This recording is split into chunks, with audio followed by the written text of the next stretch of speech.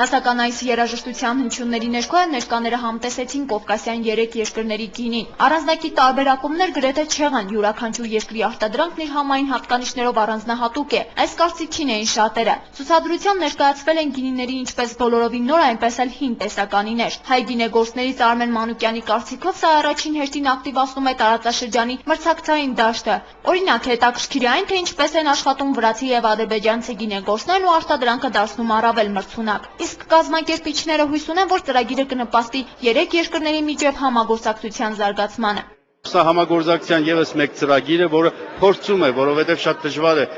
ռեալությունից չեմ ուզում հեռանալ, փորձում է ինչ որ կապ գտնել Հայաստանի, Վրաստանի, Ադրբեջանի գործարանների միջև եւ մեկ ընդհանուր լեզու գտնել, մեկ ընդհանուր խոսակցության թեմա գտնել։ Սա գիտեք ինչ, սա չի նշանակում, որ մենք դարձանք բարեկամներ, մեր միջ կոնֆլիկտները վերացավ, բայց հասարակությանը կարծես թե մի փոքր փորձում է նախապատրաստել վաղվա խաղաղության։ Մենք ցուցադրում ենք մեր գինիները, մենք ներկայացնում ենք մեր տեսականին, ծանոթացնում ենք մեր գինիներին, վրացիները իրանց, ադրբեջանցիները իրանց գինիները։ Եվ համատեղ ուզում ենք ստեղծենք մի հատ գինի, որը կոչվի Կովկասյան բուկետ։ Մենք դուրս ենք եկել մեր գինիներով, իրանք իրանց գինիներով եւ համտես ենք կազմակերպել, որոշել ենք որն է լավ, որն է վատը, իրար խորհուրդ ենք տվել տեխնոլոգիայի կապակցությամբ, ամենշոտ այդպիսի ծրագիր է։ Վրաց գինեգործն ով շատ է հավանում հայկական գինին, համոզված է, որ համագործակցության սկիզբն արդեն իսկ տրվել է։ Միայն թե այս գործընթացում կան բացահայտ խոչընդոտներ, որոնց մասին չխոսել ու չբարձրաձայնել չի լինի։ Ինչու այսօրվա միջոցառմանը չեն մասնակցում ադրբեջանցի գինեգործները։ Պարզ է, որ խնդիրն այստեղ տեղափոխվում է քաղաքական հարթություն, նշում է նա ու ավելացնում, որ ունի հստակ տեղեկություն, որ Բաքվի գինեգործները մեծ ցանկություն են ունեցել մասնակցելու այսօրվա միջոցառմանը։ Այդ ուղղությամբ իրենք նաև բավականին աշխատանք են տարել, բայց իշխանություններն են արգելել գալ Հայաստան։ У нас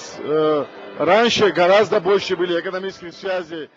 Համագործակցելու ցանկությունը մեծ է, բայց ակնհայտ է, որ տնտեսական շահերին խանգարում են քաղաքական խնդիրները։ Գտնում եմ, որ պետք է քայլեր ձեռնարկել այդ խոչընդոտները հաղթահարելու համար։ Քաղաքական այդ հարցերը չպետք է ծախողեն մեր ծրագրերը, ուստի գտնում եմ, որ ձեռքերս ծալած չպետք է նստենք։ Ու հենց մենք, գինեգործներս, պետք է այս հարցը բարձրացնենք, այլ կերպ չի լինի։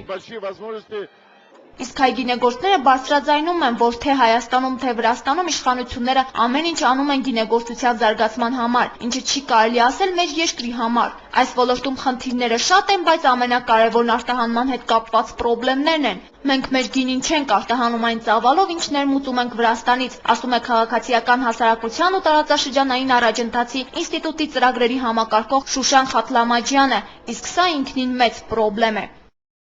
Ես վստահ եմ եւ տեղեկություններ ունեմ, որ ադրբեջանական գինեգործությունը մեծ թափ է ապրում։ Իրենց գինեգործությանը այնտեղ հենց պետական աջակցություն է տրվում շատ բարձր մակարդակով եւ շատ մեծ գումարներ են տրվում դրա համար։ Այդպիսով կոնկուրենցիան մեծ է։ Շուկայական տնտեսությունը չի նշանակում, որ բոլոր արտադրողները տեղական պետք է բացի թողի վիճակում լինել։ Եվ Չինաստանը, եւ Թուրքիան, եւ Պարսկաստանը, մեր հարևանները, իրանք շատ մեծ պետական աջակցություն են տալիս ազատ բիզնեսին։ Դա հիմա անհրաժեշտ է։ Գինու արտահանման ծավալները Հայաստանում արդեն 3-րդ տարին է նվազել են։ Ոլորտի զարգացմանը զարկ տալու փոխարեն իշխանություններն ասում են, թե պատճառը ճգնաժամն է, ասում է Շուշան Խաթլամաջյանն ու ավելացնում, որ անուշադրության արդյունք է նաև այն, որ մեր գինու պահանջարկ Վրաստանում կամ ասենք Ադրբեջանում չկա։ Հերմինե Մկրտչյան, Տիգրան Գասաբյան, Գալա Նյուս։